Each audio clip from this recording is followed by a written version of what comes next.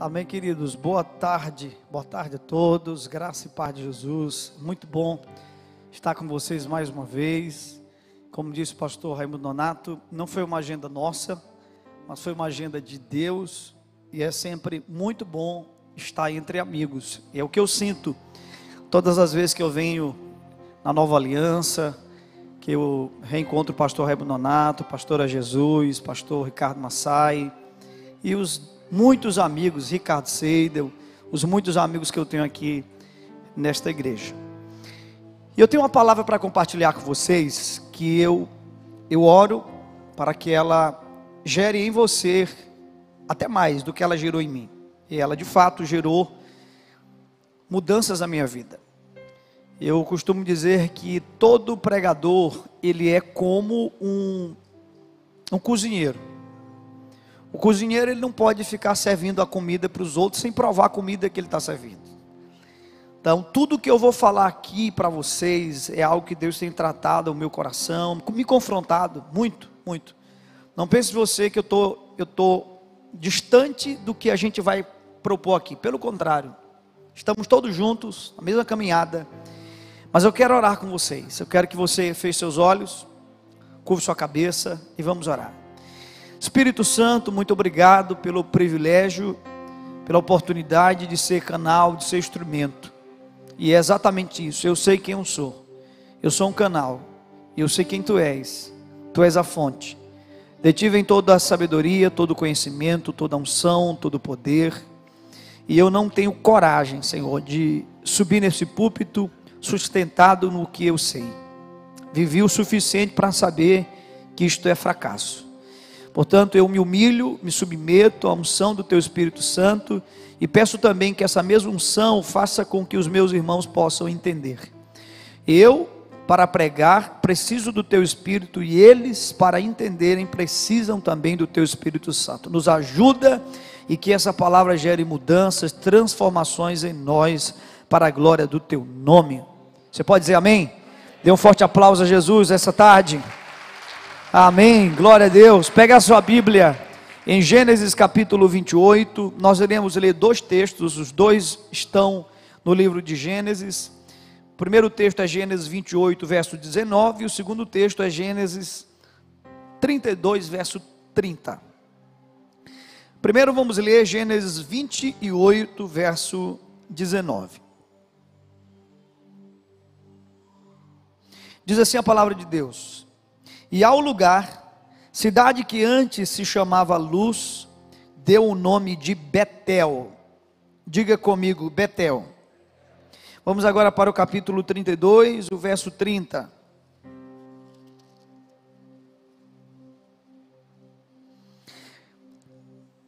Jacó deu àquele lugar o nome de Peniel. Diga, Peniel. Pois disse: vi Deus face a face e a minha vida foi salva. Amém? Olhe para cá, por favor.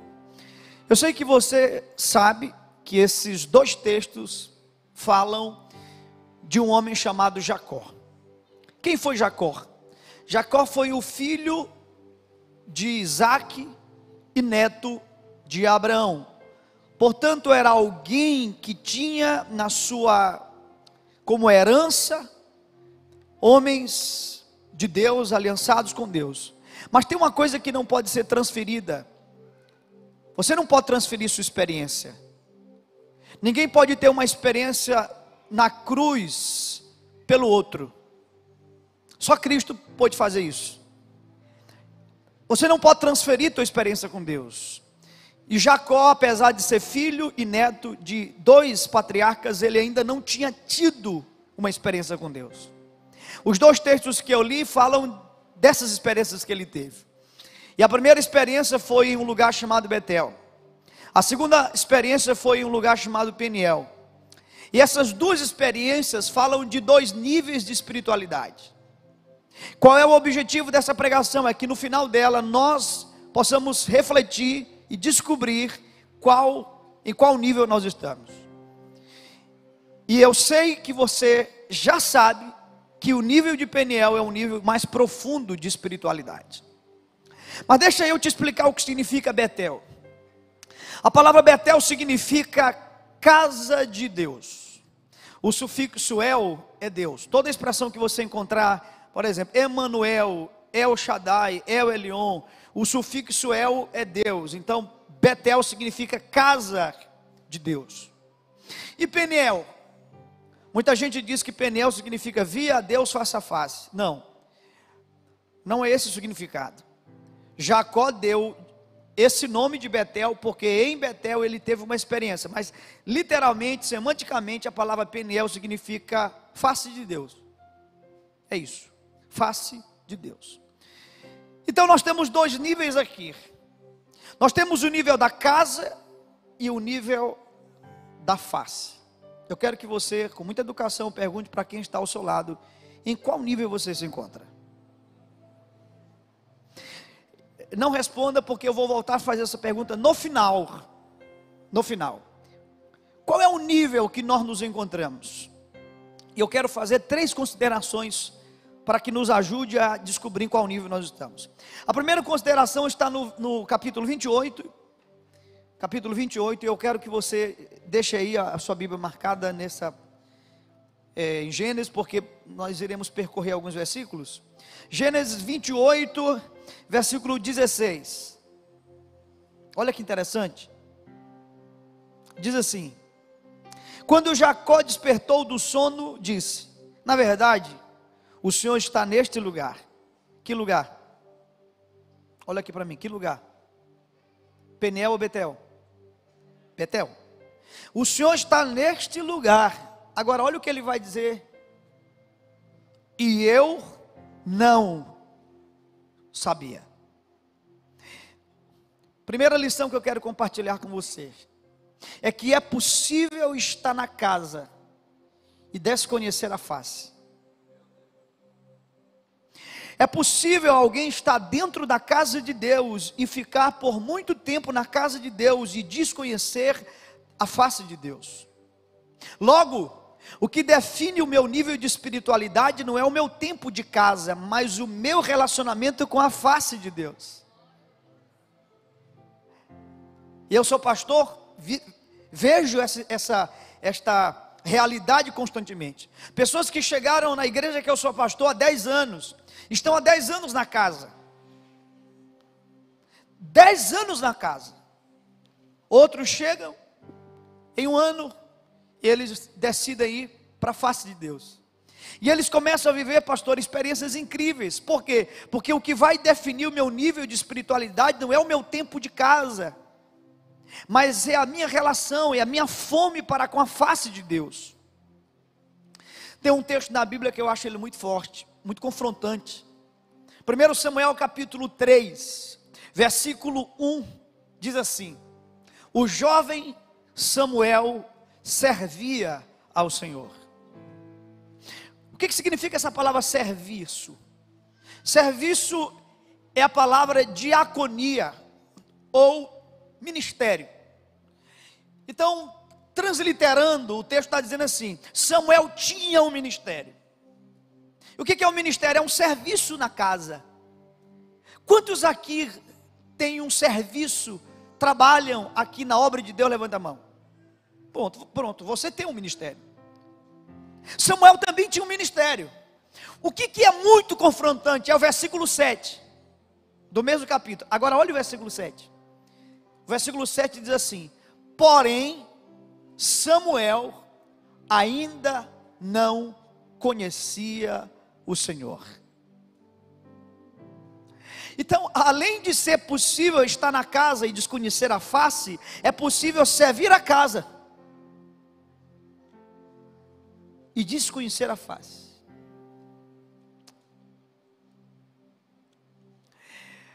É por isso, irmãos, que nós temos visto tantas coisas acontecendo. Porque as pessoas estão na casa e ainda não foram para o nível da face de Deus. Vocês conhecem a parábola do pródigo? E o pródigo tinha um irmão. Qual era o problema do irmão do pródigo?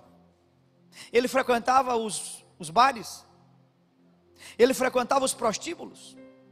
Na verdade, ele nunca saiu da casa. sempre esteve na casa, mas o grande problema dele é que ele olhava para o pai e via na face do pai um chefe, um patrão. Ele estava na casa, mas não conhecia o pai, ele conhecia um chefe, um patrão. Tem uma coisa que eu não falei de manhã e eu senti de falar isso para vocês agora. Por favor, olha aqui para mim todo mundo.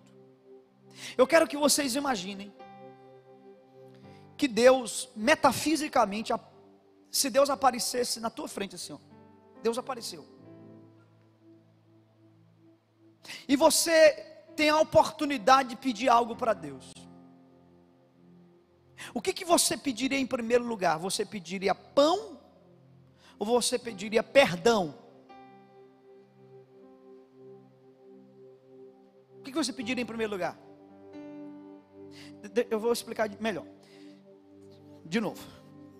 Vamos supor que Deus estivesse metafisicamente diante de você.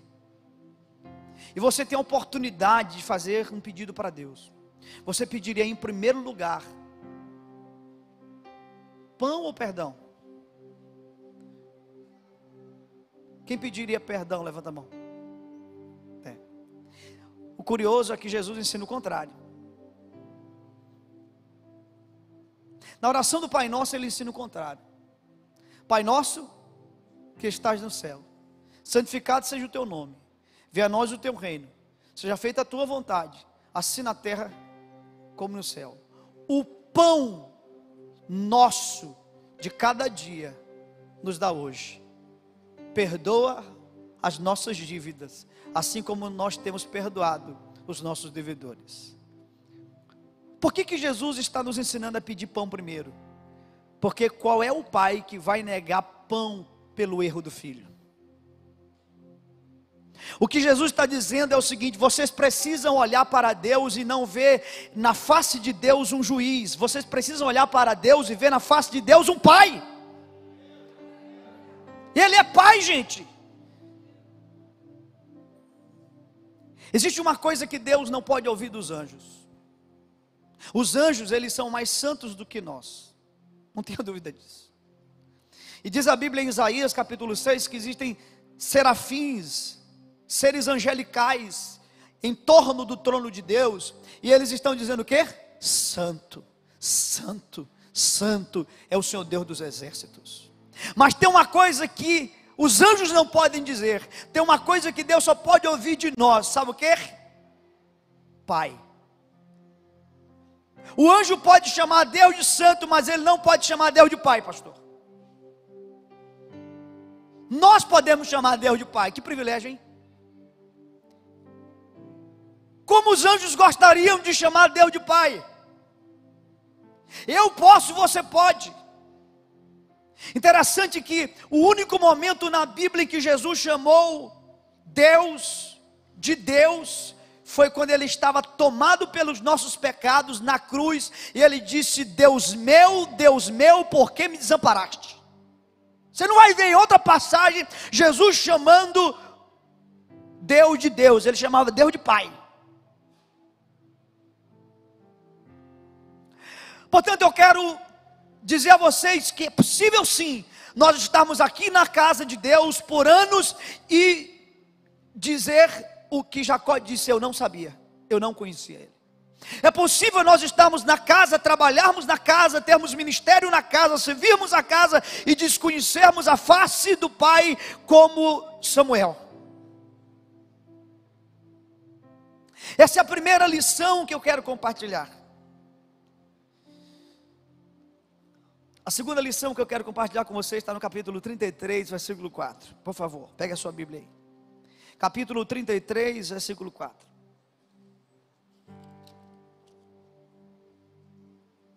Diz assim a palavra de Deus: então Esaú correu ao encontro dele e o abraçou, pôs os braços em volta do pescoço dele e o beijou, e choraram. Esaú fez isso aqui com quem, você sabe? Com Jacó. Agora deixa eu te dar um pano de fundo para você entender aqui. Fazia 20 anos que eles não se falavam. Havia um problema sério de relacionamento entre os dois. E quando que Jacó se reconcilia com Esaú? Foi depois de Betel ou depois de Peniel? Foi depois de Peniel. Inclusive ele chega em Betel fugindo de Esaú. O que eu aprendo aqui? Eu aprendo que nossas pendências não são resolvidas em Betel, elas são resolvidas em Peniel. Logo, é possível nós estarmos dentro da casa com pendências, mas é impossível alguém estar na face de Deus com pendência. É possível alguém estar na casa de Deus, ter um ministério na casa de Deus e ter mágoa do irmão que está sentado ao lado dele no culto. É possível? Muito possível. Muito. É possível uma equipe de louvor ministrar junto e um ter antipatia, ojeriza o outro. É possível, é possível.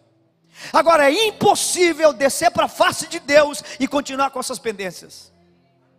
Inclusive muita gente já não quer ir para a face porque sabe que na face de Deus será confrontado. Eu posso vir para casa, sair da casa, mas eu não posso entrar na face de Deus e me levantar do mesmo jeito. Muita gente chegou na casa de Deus fugindo de alguma coisa. E é verdade, irmão, vamos ser honestos. Você e eu.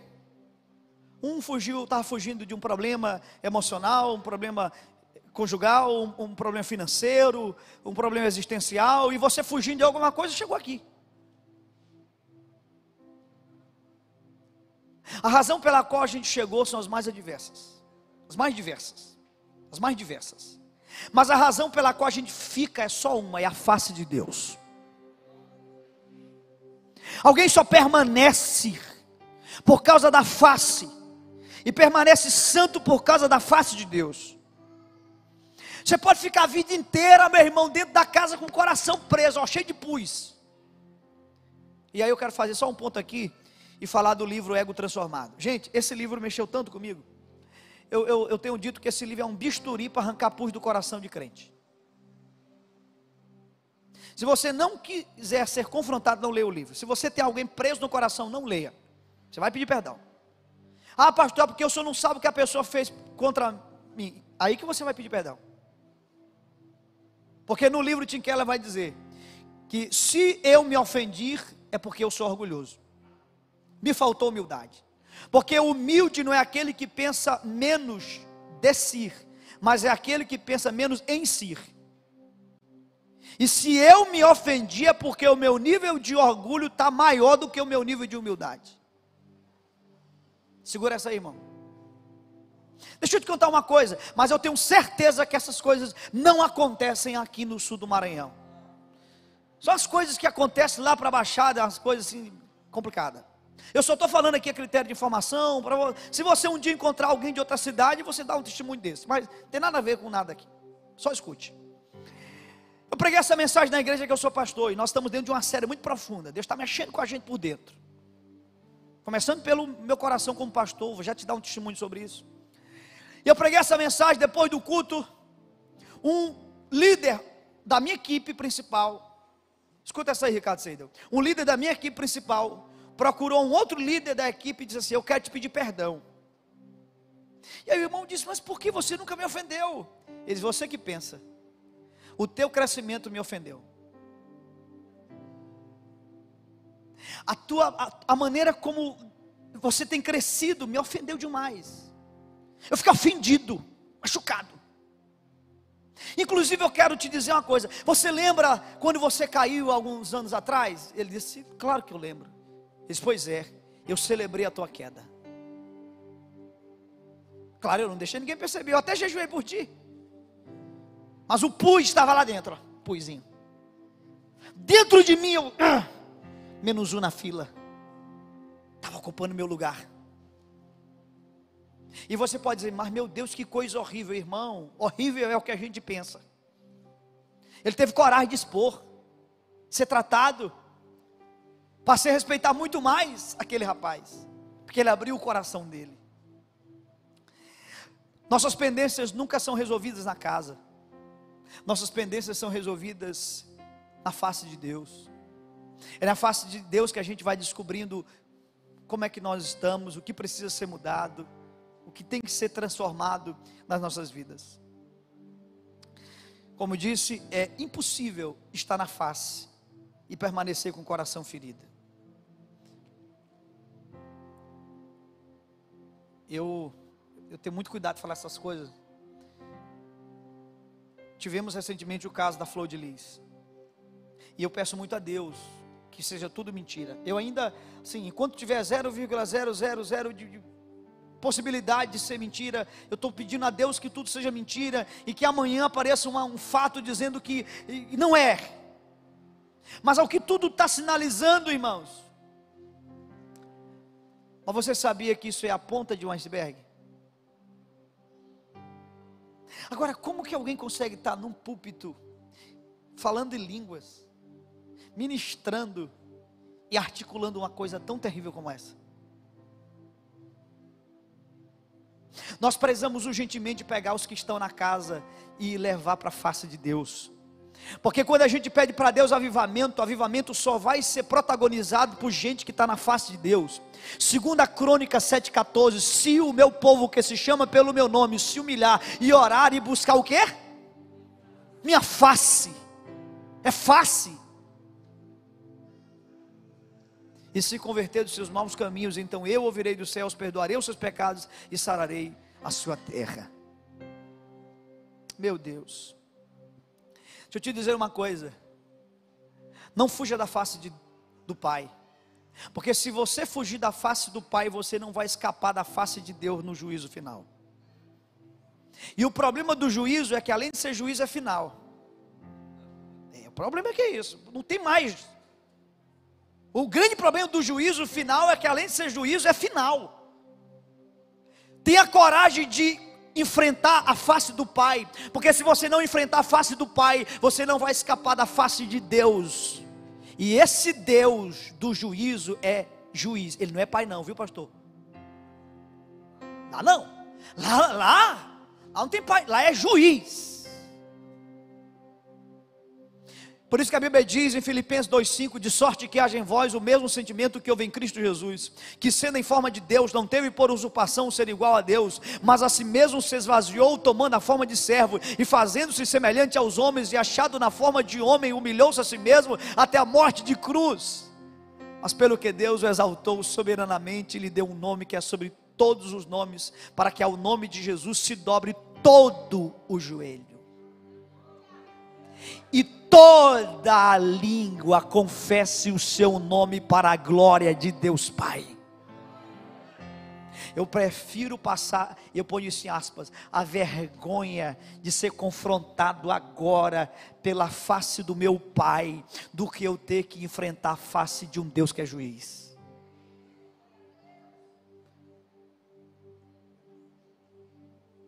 Ei, meu Deus, eu sinto tanto temor falando isso para vocês. Nós precisamos urgentemente da face do nosso Pai. Gênesis 32, versículo 28. Gênesis 32, versículo 28. Por favor, pegue a sua Bíblia. Gênesis 32, verso 28. Então disse: seu nome não será mais Jacó, e sim Israel, pois você lutou com Deus e com os homens e prevaleceu. Aleluia. Olha aqui para mim, deixa eu te fazer uma pergunta. Onde Jacó vira Israel? Em Betel ou em Peniel? Em Peniel. Agora você há de convir comigo que Jacó melhorou muito em Betel, não melhorou? Melhorou. Ele ficou melhor, pastor. Betel é o que mesmo? Casa. Você já percebeu que depois que você chegou na nova aliança, você melhorou demais? Você era nó cego, irmão. Você era tenso. Você melhorou muito. Por quê? Porque a casa melhora a gente. Agora, meu irmão, transformar só a face de Deus. Na casa você vai ficar um Jacózinho melhorado.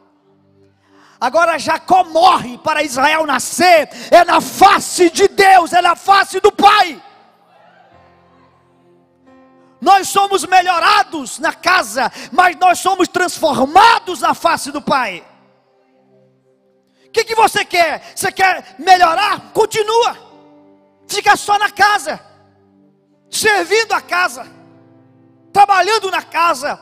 Agora você quer ser transformado? Vá para a face do Pai. Deixa eu te dizer algo, minha experiência, lendo esse livro, Ego Transformado.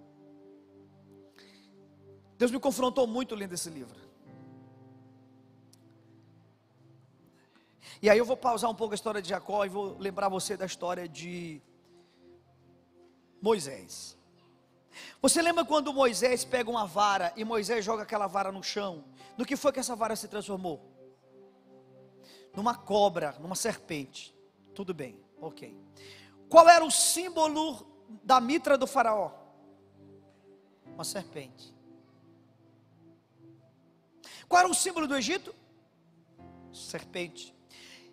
E o que Moisés estava fazendo mesmo? Ali no deserto?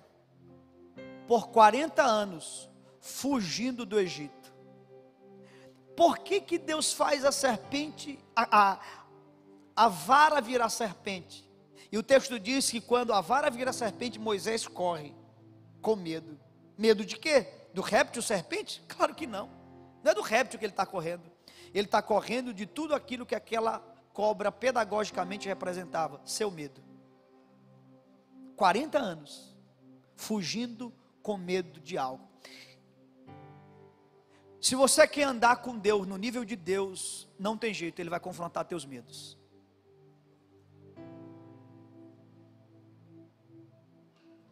Eu fiz uma reunião com a minha equipe de líderes e perguntei, qual é o medo que vocês têm?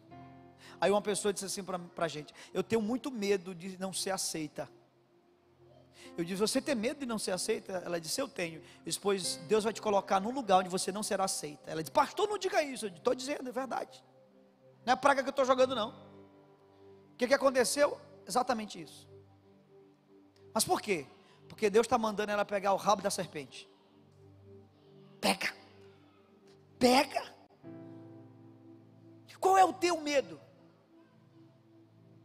Todas as pessoas que decidiram andar com Deus no nível de Deus foram confrontadas nos seus medos. Jó disse, o que eu temia aconteceu, o que eu receava sobreveio.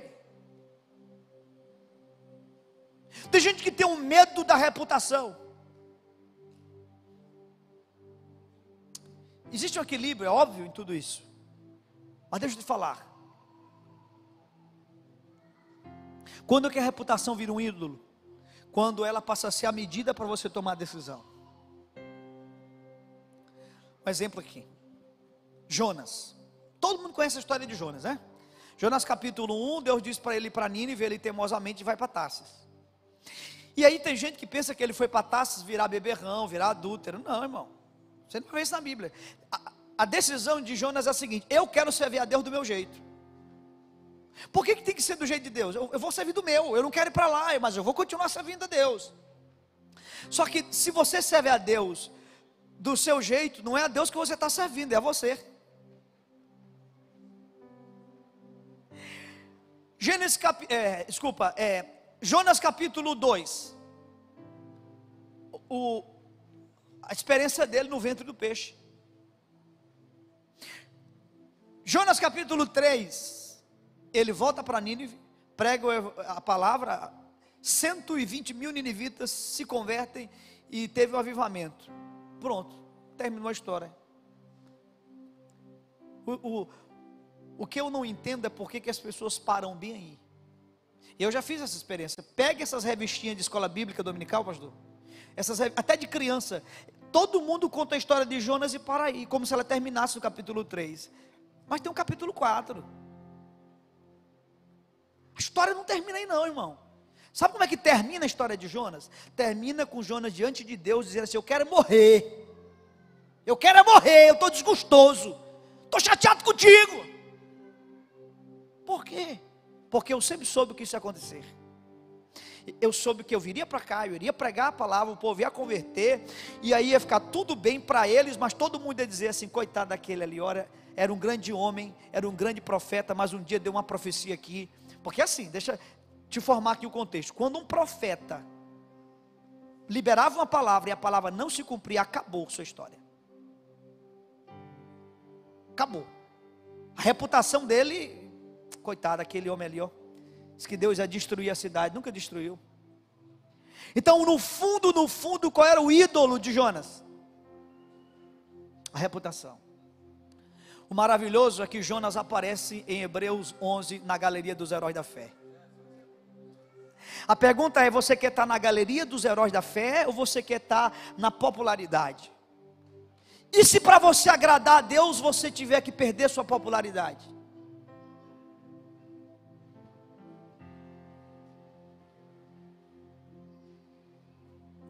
E se para você cumprir o propósito, o desígnio de Deus, você tiver que parar?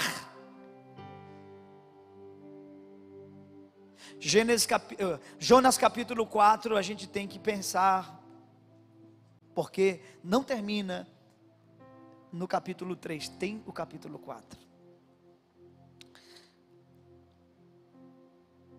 Queridos, todos nós somos melhorados, mas nós somos transformados diante da face do nosso Deus. Deus vai confrontar os nossos medos, é verdade. Mas tem uma outra coisa que Deus faz com Moisés. Diz a Bíblia que Deus manda Moisés colocar a mão no peito. Quem lembra desse fato? Quando Moisés tira a mão, como é que está a mão dele? Leprosa. O que Deus está fazendo aí com Moisés? Ele está fazendo o seguinte: mão fala de obra, peito, coração fala de motivação. O que Deus está dizendo é: Moisés, se a tua motivação for errada, a tua obra será contaminada. Aí entra o meu testemunho com o livro Ego Transformado. Eu pedindo para Deus, porque Deus conhece meu coração. Eu não estou brincando de ser pastor não, irmão. Eu quero que Deus faça a vontade dEle. Estou levando isso a sério. E eu orando: Senhor, faz o avivamento, faz o avivamento. E aí Deus: tu tem certeza do que tu está pedindo? Tem certeza? Porque se você quer andar no meu nível, eu vou ter que pegar um bisturi e arrancar um pus que tem aí no teu coração. Aí Deus perguntou assim para mim: vamos começar então? Você casou virgem? Deus me perguntou. Eu disse: casei. Eu não conheço uma mulher que não seja minha mulher, minha esposa. E Deus disse assim: você casou virgem? Eu disse: casei. Aí Deus perguntou: agora, para quem você casou virgem? Aí bem me matou. A peia foi longa, né? Foi assim, mais de 1 hora de peia. Resumindo, o que Deus me mostrou foi que eu não me casei virgem para a glória de Deus. Eu casei virgem para o envaidecimento, para poder dizer que eu me casei virgem. Logo, eu não fui reprovado no ato, eu fui reprovado, caiu do mesmo jeito. Então o que Deus estava fazendo com Moisés é: Moisés, põe a mão no peito aí, deixa eu mostrar para ti as lepras do teu coração. Você tem coragem de botar a mão no peito hoje? Quem tem coragem de botar a mão no peito? Você tem? Não. Você tem coragem de botar a mão no peito? Põe aí então, deixa eu ver.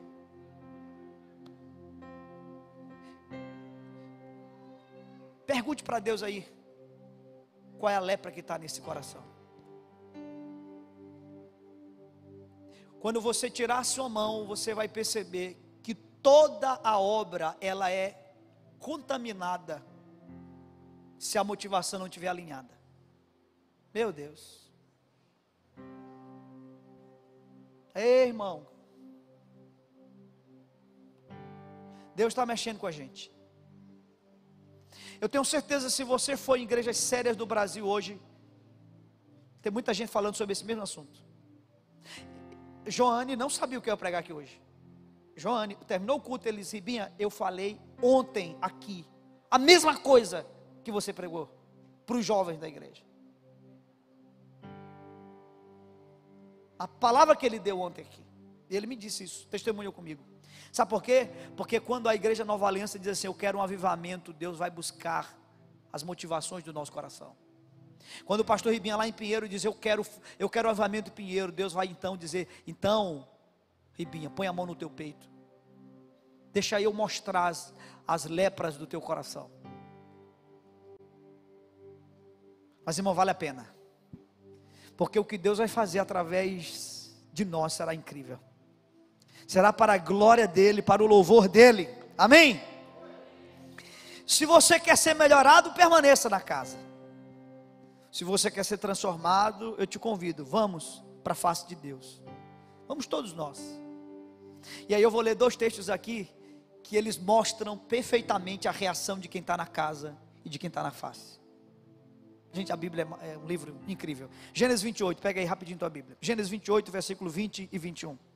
Gênesis 28, versículo 20 e 21. Aleluia, aleluia. Tem alguém comigo aqui nessa noite? Amém. Tem alguém apanhando comigo aqui nessa noite? Amém, que bom. É o pregador dando chicotada, e o chicote volta e vai na costa dele. Gênesis 28, versículo 20 diz assim: Jacó fez também um voto, dizendo: se Deus for comigo e me guardar nessa jornada que empreendo, e me der pão para comer e roupa para vestir, de maneira que eu volte em paz para a casa de meu pai, então o Senhor será o meu Deus. Eita, coisa maravilhosa. Ele está dizendo isso aí em Betel, em Peniel ou em Betel? Betel. Agora, é daí que nascem as romarias, é daí que nascem as campanhas intermináveis. Gente que está condicionando: se Deus me der, e se Deus abençoar o que eu empreendo. Olha, quem está empreendendo é Ele. É o nível da casa, é o nível presunçoso de quem acha que tem a capacidade de empreender e Deus vai só abençoar. E se Deus não fizer como Ele quer, porque Ele está aqui condicionando, se Deus fizer tudo o que eu estou dizendo, então uma expressão condicionante, então Ele será o meu Deus. E se Ele não fizer? Até brinquei de manhã, eu disse: Ele não pode cantar aquela música, se Deus fizer, Ele é Deus, e se Ele não fizer, continua. Pega a tua Bíblia aí, Gênesis 32, 30, olha a diferença de Jacó em Peniel. 32, 30 diz assim: Jacó deu àquele lugar o nome de Peniel, pois disse: vi a Deus face a face, e a minha vida foi salva. Agora aqui em Peniel não é mais um homem preocupado em Deus abençoar o que ele está empreendendo. Agora não é um homem mais condicionando o seu servir a Deus. Agora é um homem dizendo assim: obrigado porque eu fui salvo. O coração dele está todo na eternidade. Ele não condiciona mais nada. O Tim Keller vai dizer que toda religião tem o mesmo enredo. Qual é o enredo da religião? Eu obedeço, vírgula, por isso eu sou salvo. Então, se eu sou salvo porque eu obedeço, quem me salvou? Quem me salvou, gente? Eu sou meu salvador. O evangelho é o contrário. O evangelho diz assim: eu fui salvo, por isso eu obedeço. O evangelho destrói toda a vaidade, porque eu não sou salvo porque eu obedeço. Eu obedeço porque eu fui salvo. A melhor história que eu já ouvi para explicar o evangelho, a graça de Deus, é uma história é uma fábula, é claro, é uma fábula muito interessante, essa fábula. Na época do faroeste, um homem foi condenado à morte, sentenciado à morte. Ele preso estava. E aí houve uma comoção popular, as pessoas começaram a fazer carta para o governador pedindo que ele fosse perdoado. O governador então se sensibiliza e diz assim: vou perdoar esse moço. Pega uma roupa de clérigo, pega uma Bíblia, pega a carta de perdão, o pastor põe dentro da Bíblia e vai visitá-lo no presídio. Só que quando ele vai visitar o condenado vê ele de longe com a roupa de clérigo, começa a xingá-lo. Você é um louco, religioso, fanático, eu não quero você aqui e tal. E ele tenta se aproximar dele, ele não deixa. Resumindo, ele vai embora. O carcereiro diz: você realmente é um louco. Ele diz: por quê? Você sabe quem é esse homem? Deve ser algum religioso, algum padre, algum pastor fanático. Ele diz: não, esse homem é o governador do estado. E ele tinha dentro daquela Bíblia, ele tinha a tua carta de perdão. Ele refletiu a noite toda, pastor. No outro dia ele foi executado. Mas antes de ser executado, ele pediu a permissão para falar. Ele disse: eu quero deixar claro para todo mundo que eu não estou sendo condenado pelos crimes que eu cometi, mas pelo perdão que eu rejeitei. Eu nunca vi uma história melhor para explicar o Evangelho.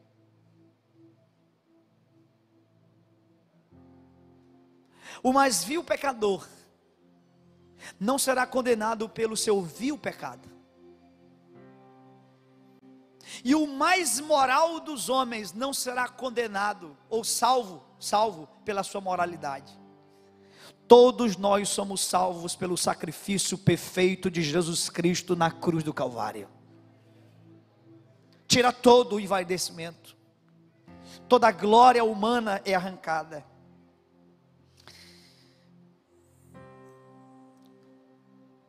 Finalizando a mensagem, Deus tem falado muito sobre elogios e críticas. O homem de Deus tem que estar preparado para as duas coisas. Você já viu uma moeda? Uma moeda tem duas faces. A gente chama de cara e de coroa. Cara e coroa são faces distintas da mesma moeda. Crítica e elogio são agressões distintas, a mesma face, justiça própria. A mesma moeda, justiça própria. O que o elogio pode fazer e é perigoso? O elogio pode exaltar. Quando o elogio exalta, ele é muito perigoso. E quando a crítica abate também é perigosa. Quando o homem chega no nível da sua vida em que o elogio não exalta e a crítica não abate, ele está pronto para andar com Deus no nível de Deus. Quem aqui já foi elogiado? É bom ou ruim? Não, fala a verdade. É bom demais. Durante boa parte da minha vida, eu tenho aqui um grande amigo que é o Mosaí. Mosaí me levou para Jesus, me conhece desde garoto. Estudamos juntos. Moisés ia me buscar em casa de bicicleta para ir para a igreja. Enganei muito, coitado, mas ele perseverante, pagou o preço por mim. Eu louvo muito a Deus pela vida dele. E durante toda a maior parte da minha vida eu fui muito elogiado. Ele sabe disso. Eu era um aluno dedicado, eu era um bom filho, pastor. Nunca tive coragem de levantar minha voz para os meus pais, nunca. Sempre tentei ser um bom garoto. Me tornei pastor, sempre muito elogiado. No entanto, em muitos desses elogios eu me envaideci, outros não. Entre um envaidecimento e outro, Deus foi calejando, preparando. Hoje com 38 anos, perto dos 40, já 20 anos de ministério, eu confesso para ti que o meu coração está bem mais preparado do que lá atrás, para os elogios. A segunda fase agora, porque é igual que esse joguinho de videogame, não tem as fases? E a fase subsequente ela é mais difícil do que a fase anterior. Então eu passei de fase, pastor. Deus me levou para outra fase. Agora a outra fase, que é a da crítica. E a crítica dói. Quem já foi criticado aqui? E quando que a crítica dói? Quando ela é infundada. Quando ela é pautada em especulações. Dói ou não dói? Agora sabe por que dói? Dói porque a gente está vivo. Dói porque arranhou a justiça própria. É a outra face da mesma moeda. E aí eu nessa angústia, Senhor, mas por que estão fazendo isso? Senhor, orando, e Deus disse assim: está doendo, meu filho? Demais. Ele disse: pois é, quando não doer mais, tu vem para andar comigo no meu nível. Infelizmente eu tenho que descer ainda, por misericórdia, para eu te usar no teu nível.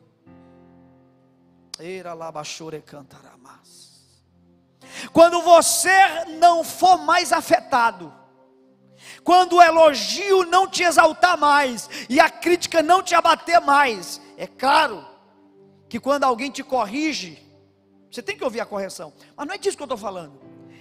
Eu estou falando de você não fazer mais nada, nem para buscar o elogio, nem para fugir da crítica.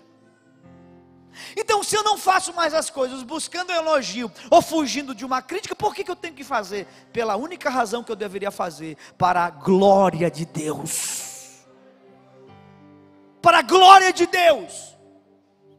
É o que o apóstolo Paulo entendeu, quando lá em Corinto, a igreja que ele fundou, ficou 18 meses pregando para aqueles irmãos, implantou a igreja, fundou a igreja, e quando ele volta 18 meses depois, eles estavam questionando o apostolado de Paulo, comparando Paulo com Apolo, Cefas, que era Pedro.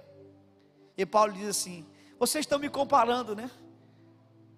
Mas que pena de vocês, porque eu não me comparo. E sabe por que eu não me comparo? Porque eu entendi uma coisa, eu entendi que eu tenho uma digital. Aí ele diz assim: eu plantei, Apolo regou. Eu tenho uma expertise, Apolo tem outra. Você nunca vai ver um homem humilde se comparando. O homem humilde, por isso que na capa do Tim Keller diz assim: a humildade que brota do evangelho traz a verdadeira alegria. Porque um homem que entende o evangelho é humilde. Um homem humilde é feliz porque ele não se mede. Ele entende sua singularidade, ele entende sua digital. Ele entende que o que ele nasceu para fazer, ninguém vai fazer. Isso não o envaidece, pelo contrário, o humilha a presença de Deus. É como se Paulo estivesse dizendo assim: olha, você está tudo errado. Eu sou de Apolo, eu sou de Paulo, eu sou de Cefas. Paulo está dizendo assim: ninguém é de ninguém e todos são de Cristo. Ninguém é de ninguém e todos somos de Cristo. Aleluia!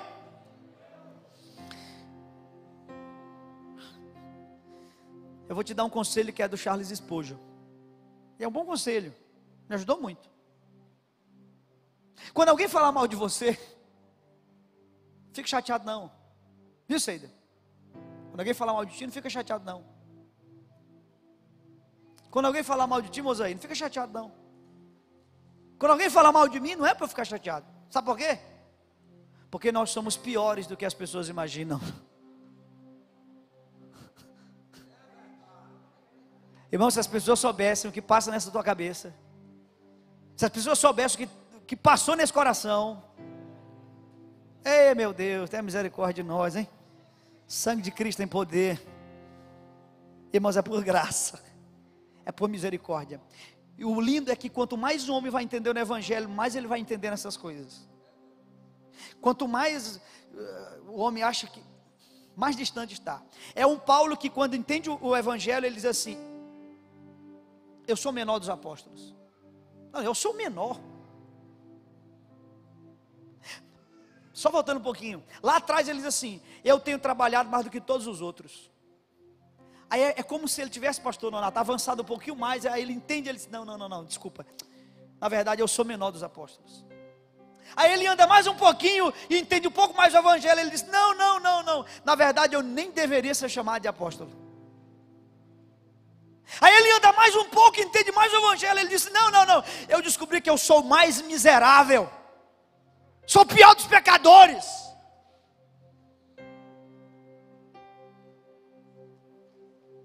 Quando alguém fala mal de você, fica chateado não. Você é pior do que ele imagina. Fique em paz, meu irmão, e deixa que Deus vai fazer através de você. É Ele que faz, é Ele que opera, a glória é dEle. Fique em pé, vamos orar.